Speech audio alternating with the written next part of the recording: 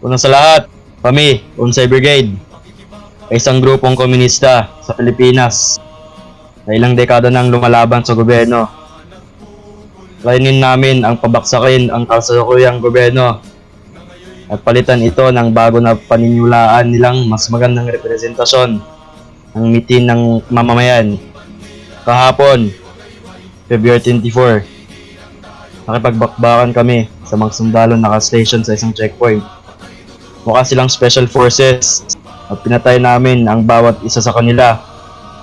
At nakuha namin ang mga ilan light at heavy equipments, including weapons na ginamit nila. Dito, R4 with ACOG. Ito, tatlong R4 with iron sights. Dito naman, about 20 Glocks handgun. Sa harap naman, HK. Katabi niya, R4 with ACOG. Dito naman, PCO. Dito, isang FN Minimi. Sa tabi ng Minimi, ito SR-25. Sa tabi naman ng mga baril na to, na-capture namin at ang tatlong Humvee na ginagamit ng Special Forces doon sa checkpoint. Sa taas nila, may mga miniguns that we can use.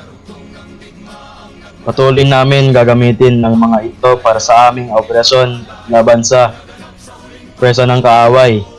Dudurugin namin ang mga anumang bagay sa aming landas tungo sa tagumpay ng komunista.